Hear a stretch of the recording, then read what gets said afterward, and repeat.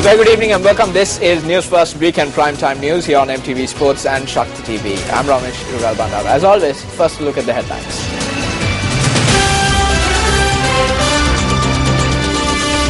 Several parties questioned the delay in arresting those involved in corruption.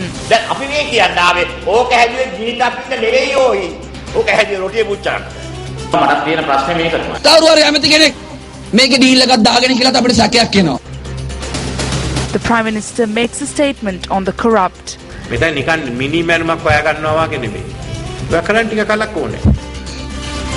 More information on floating armories.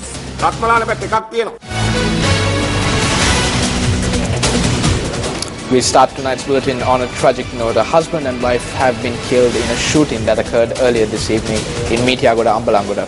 The police say that the murder took place at around 6:30 this evening. A businessman from the Meetiyagoda town and his wife were killed in the shooting. News First is ready to bring you the developments from this story as and when they unfold.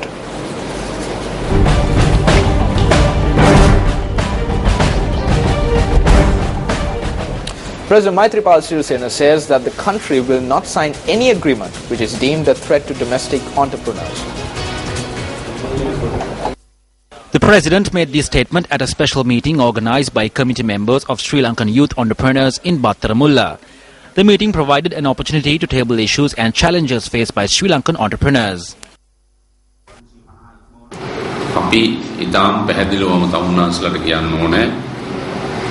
I would like to make it very clear to all of you that I will never sign an agreement with another country if it poses a threat or loss to our country's businessmen and domestic industries. The previous regime issued 16 licenses to international companies to engage in gem mining. As soon as I took over the Ministry of Environment, I annulled all these licenses. We do not need to create new avenues to close the gap in the annual budget. You may all know that we are trying to create transparency in the flow of income to the government and establish clean management because of the corruption that has infiltrated our customs, inland revenue, excise and security. I do not need to explain further. If we run these institutions in a correct manner and with the income that flows to the government, we will be able to close the gap of our national income. But the generation government revenue has drastically decreased because money owed to the treasury is not being paid.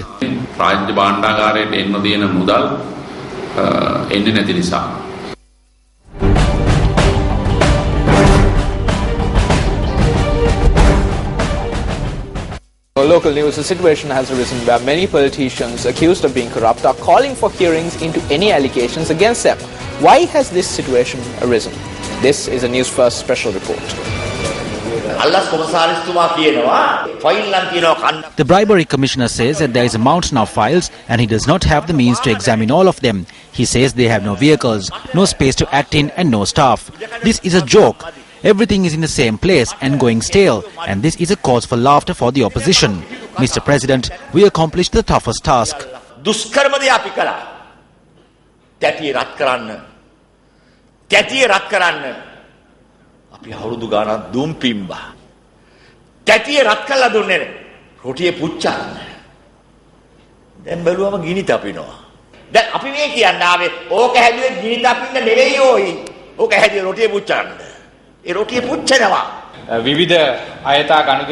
When looking at the speed of investigations into persons who were involved in corrupt practices and misused public funds for various arbitrary transactions, the scale of the challenge before us is evident. I have the same question. If this parliament system continues in another 10 years, none of us will be here, and a group of Mudalalis will take our seats after making a lot of money. Then there will be no problem regarding the means in which their money was made, be it ethanol, drugs or casinos. People are becoming accustomed to this.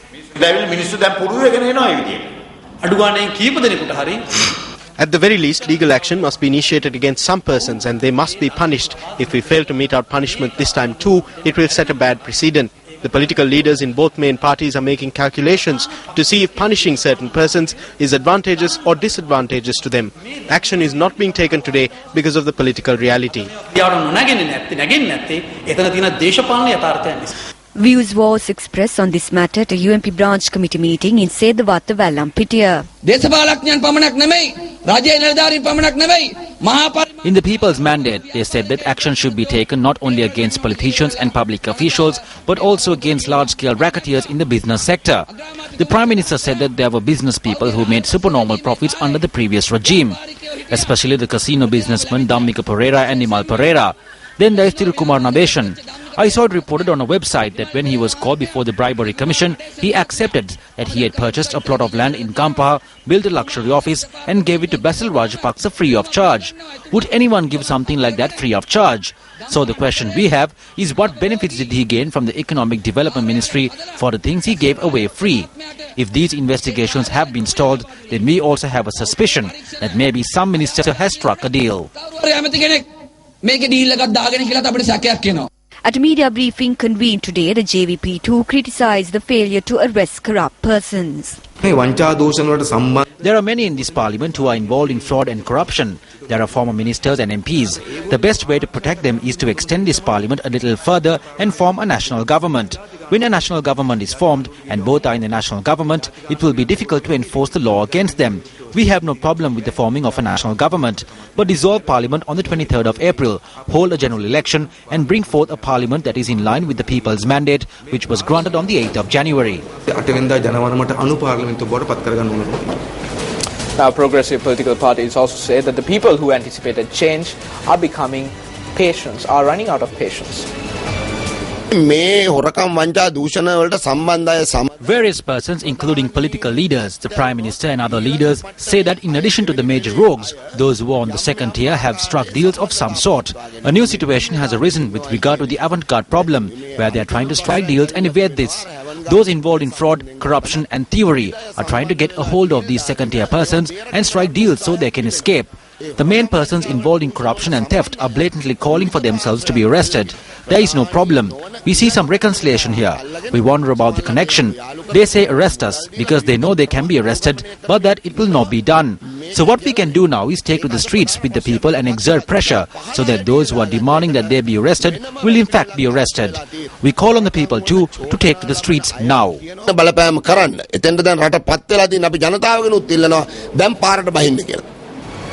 Now, accusations have been made of mega deals or surreptitious transactions which have delayed action being taken against corrupt persons who are at the fore in politics. Prime Minister Ranil Wickremesinghe responded to this accusation at a meeting with UNP activists in Nuwara this morning. They ask why we are not imprisoning these people. This is in the minds of many people. I know who these rogues are. They ask me and scold me sometimes, asking whether I have struck any deals. It is true that we levelled allegations, but if we are going to catch these people and throw them in prison based only on allegations, we will be taking the path of the Rajapaksa regime. Until the end of January, our focus was not any of this. It was on granting concessions. First, we implemented that mechanism. We appointed a new Director General for the Bribery Commission. Now the CID2 is functioning. This is not like investigating a murder. This takes some time. It takes several weeks. But I wish to note that this will be accomplished before the 100 days are up. Hearings have commenced into some of this. Investigations are underway in other cases. I understand the ache that the people have. These are rogues we are talking about, and something must be done about them. How do they sell drugs? How do they sell ethanol? All of this will come to light. On one hand, officials did not bring forward files. They tried to hide it. They are not working properly. They are spying for those on the outside. But it is all right. We will fix these problems and move forward. Do not protect the corrupt.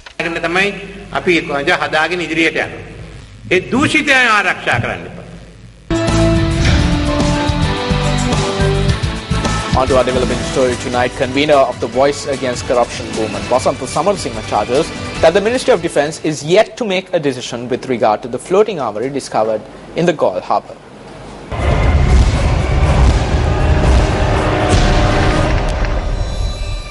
It was on the 19th of January 2015 that information came to light with regard to the floating armoury discovered in the Galle harbour. We have received information on another privately owned warehouse used to store arms belonging to the defence unit located in Ratmalana. There are 2 ships which have been used to store these weapons. However, a question has arisen as to how many arms are currently stored in these warehouses. The Minister of Defence, as usual, is very slow to take action against this. Vasantha Samarsinghe added that because this was handed over to a private organisation, army veterans have not been paid a proper salary. Although many army personnel retire from service, they went back in order to earn some sort of income. We are requesting the government to please do not steal what we are trying to earn. We have spoken about this matter with the Minister of Defence 2 months ago. If we do not take action, they will do the same as the previous regime. Meanwhile, a group of individuals who had been employed by Avantgarde and are now working as maritime security personnel engaged in a protest opposite the JVP office in Battaramulla.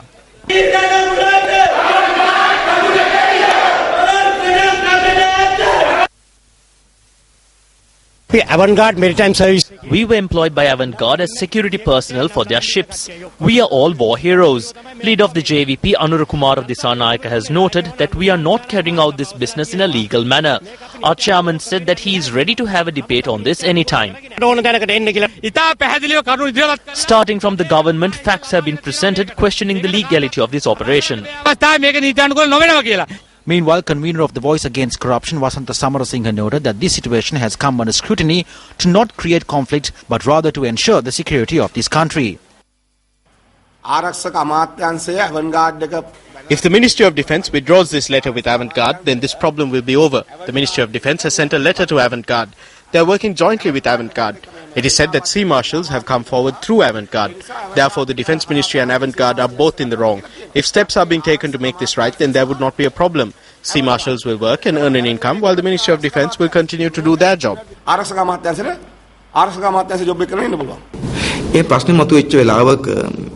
This is the passport which was obtained when these problems arose. There was talk of him getting this passport back. He should have not taken it back, or they should have commenced investigations without giving the passport back. This problem arose when they tried to give him back the passport. Tilak Marapana and Vijay Dasa were the ones who intervened in this. It is not a matter of holding discussions or debates with us. It is best that Vijay Dasa Rajapaksa ask the Prime Minister as to what has happened.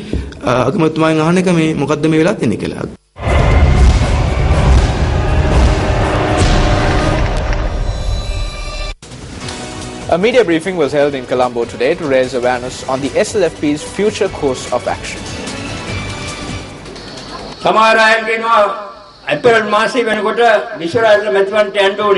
Some say that it must be dissolved come April and an election must be held. Others say that there is another 1.5 years left. Why should we go for an election? We know what happened when we went for an election. I knew that our president would be defeated. This is because there were 1.5 million votes against our president. When the election came around, there were no minority votes left. How can you catch up with 1.5 million votes? It's not an easy task.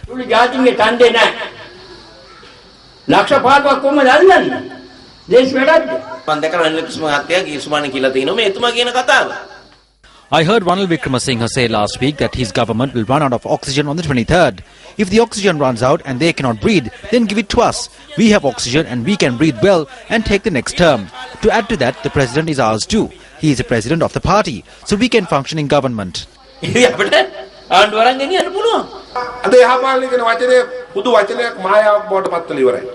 the word good governance has become a mere word and a myth.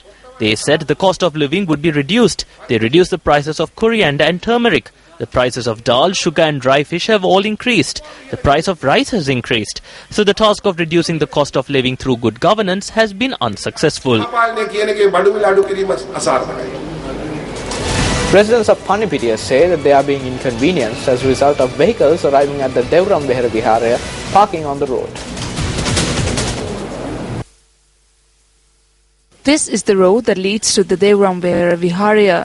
Residents say that since the road is very narrow, it is blocked whenever buses and heavy vehicles travel on it. This CCTV footage shows the situation residents had to face when they attempted to inform authorities regarding the use of this by-road when there is a main road that leads to the Viharaya. On the 26th of last month, a group including the chief incumbent at the Viharaya had threatened one of the people who took the initiative in this demonstration. නායක ස්වාමීන් වහන්සේ මේ වෙනකොට bus අත ගෙන්වීමක් සිදු කරනවා එයාගේ පන්සලට. The chief incumbent is bringing down buses. The temple does not have a legal right to do this. This road was built for the housing scheme and it is meant to be used by only a few households. The monk came to my house, took the law into his hands and even leveled a death threat at my wife. මිනිස්සුන්ට පිහිටවන ආකාරයෙන් නීතියක් මේ රටට ක්‍රියාත්මක කළ යුතුයි.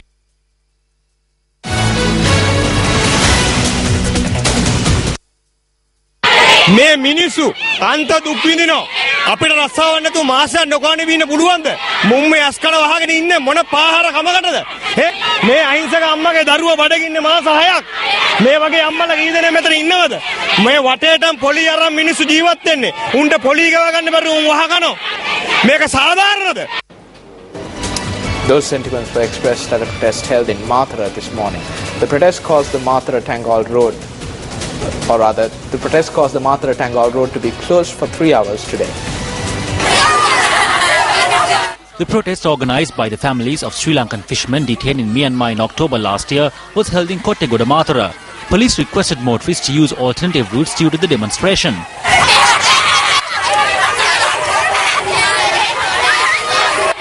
The alternative route provided was the road via the Hunnadeniya junction leading to Tangled.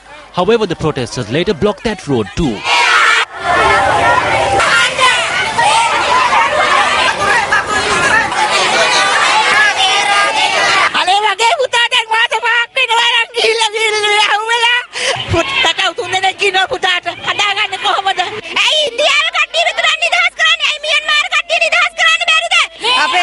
කොහොමරි අපිට බේරල් දෙන්න අපේ දිවරය 1000ක් දෙන අපේ මේ දරු පවුල් අසරණ වෙලා දැන් මාස 6ක් තිස්සේ අපිට කන්න බොන්න දෙන්න කෙනෙක් නැහැ මාතුරේ බෙල්ලවල දාගෙන මැරෙන්න තරම් දුකේ ඉඳ කන්නේ නැහැලු අදින්න නැහැ අපේ මාතුරු කොහොමරි බේරලා දෙන්නනේ. The protesters dispersed after coordinating secretary to the Minister of Fisheries promised to discuss this issue in the future and provide a solution. People in the north and eastern provinces too are rallying to reap the benefits of the good governance that has arisen following President Maithripala Sirisena's election. Our reporters say that following reports that the president would be visiting Trincomalee, people in the area have become very hopeful. From among the various problems being faced by people living in the 230 Grama-Niladhari divisions in the 11 administrative divisions in the Trincomalee district, problems pertaining to fisheries, infrastructure and land take prominence. Their hope is that with these problems being addressed, an environment will arise where they can live in freedom. Economically, we face much difficulty in Trincomalee, so we are respectfully looking forward to his visit here. We all feel that he will turn his full attention to the problems here and will provide solutions. We welcome His Excellency the President with love. There are many burning issues faced by the people of Trincomalee. We have great hopes that he will come here and resolve these problems.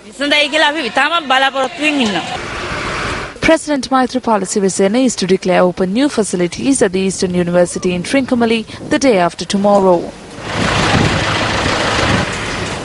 In more local news, Foreign Minister Mangala Samaravira is scheduled to address the 28th session of the UN Human Rights Council, which will commence in Geneva tomorrow.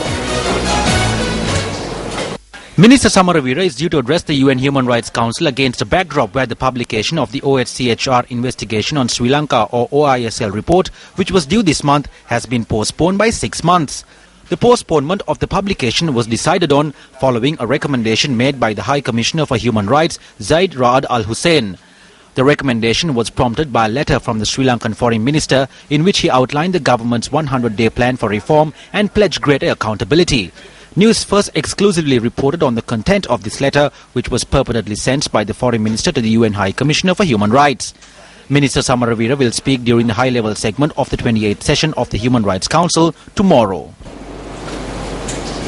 Minister of Housing and Samruddhi Sajid Premadasa met with Samruddhi officers from the Gaul and Mathura districts this morning.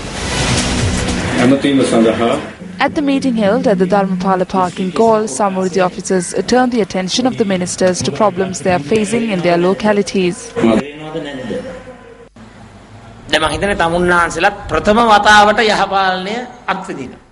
I believe that you too are experiencing good governance for the first time. Because in the past, what you had to do was to promise the people 2,500 rupees and rally them. I am sad to say that it happened in my district too. I saw people being herded into CTB buses like cattle. Why? To transport them to rallies. But eventually, this exhibition of artificial crowds did not work. It applies not only to the Blue Party, but to the Greens, the Reds and all other parties. The Treasury under our government has allocated 290 million and we will provide that money to the Samruddhi and Divi Nagma beneficiaries. අපි මහා භාණ්ඩාගාරයෙන් මේ මුදල ප්‍රතිපූර්ණ කරනවා කියන එක ඉතාමත්ම සන්තෝෂයෙන් ප්‍රකාශ කරනවා. The UNP parliamentarian Buddhika Patirana says that he has demonstrated how the people can be served with the assistance of the government despite not having a ministerial position. 6 buses were presented to the Akurasa depot under the auspices of MP Buddhika Patirana. The bus service from Akurasa to Hakman also commenced under the auspices of the MP.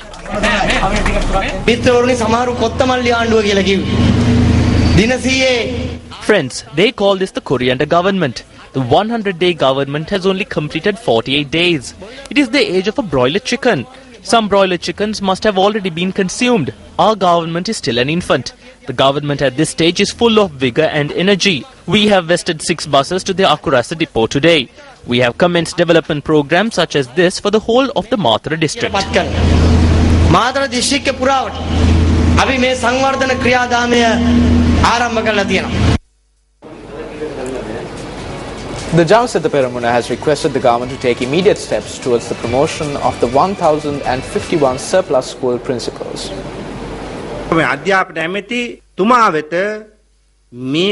draw the attention of the Minister of Education as to what his decision is for the 1051 surplus principals, and inform those 1051 surplus principals as to whether they will serve as principals or whether they will remain as assistant teachers until retirement and receive that wage and pension.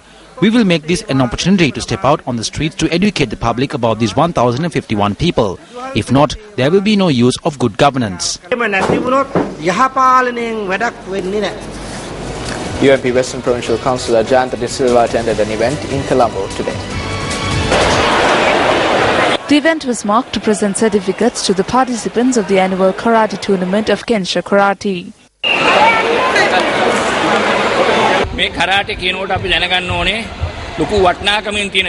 Karate is something we should learn. It has great value.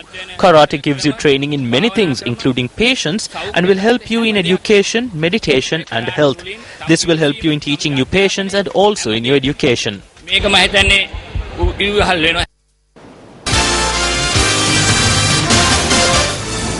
On to business now. The Ministry of Public Administration, Provincial Councils and Local Government has decided to implement a new wage structure for public sector employees.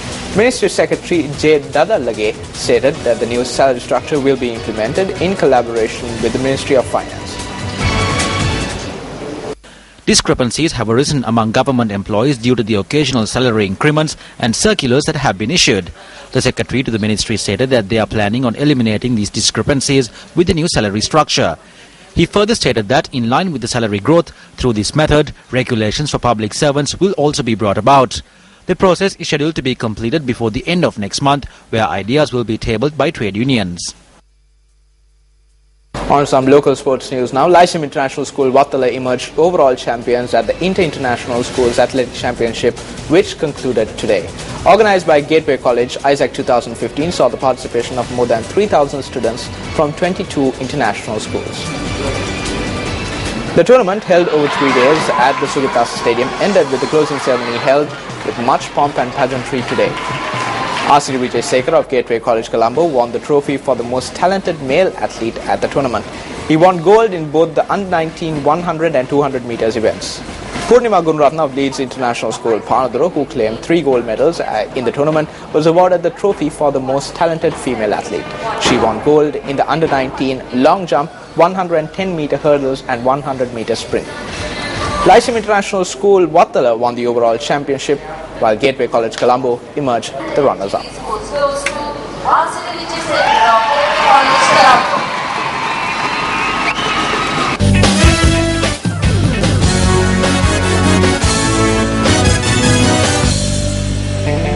And that's a wrap of News First Weekend Primetime News for tonight. For the News First team, I'm Ramesh Shurugabanda. Good night.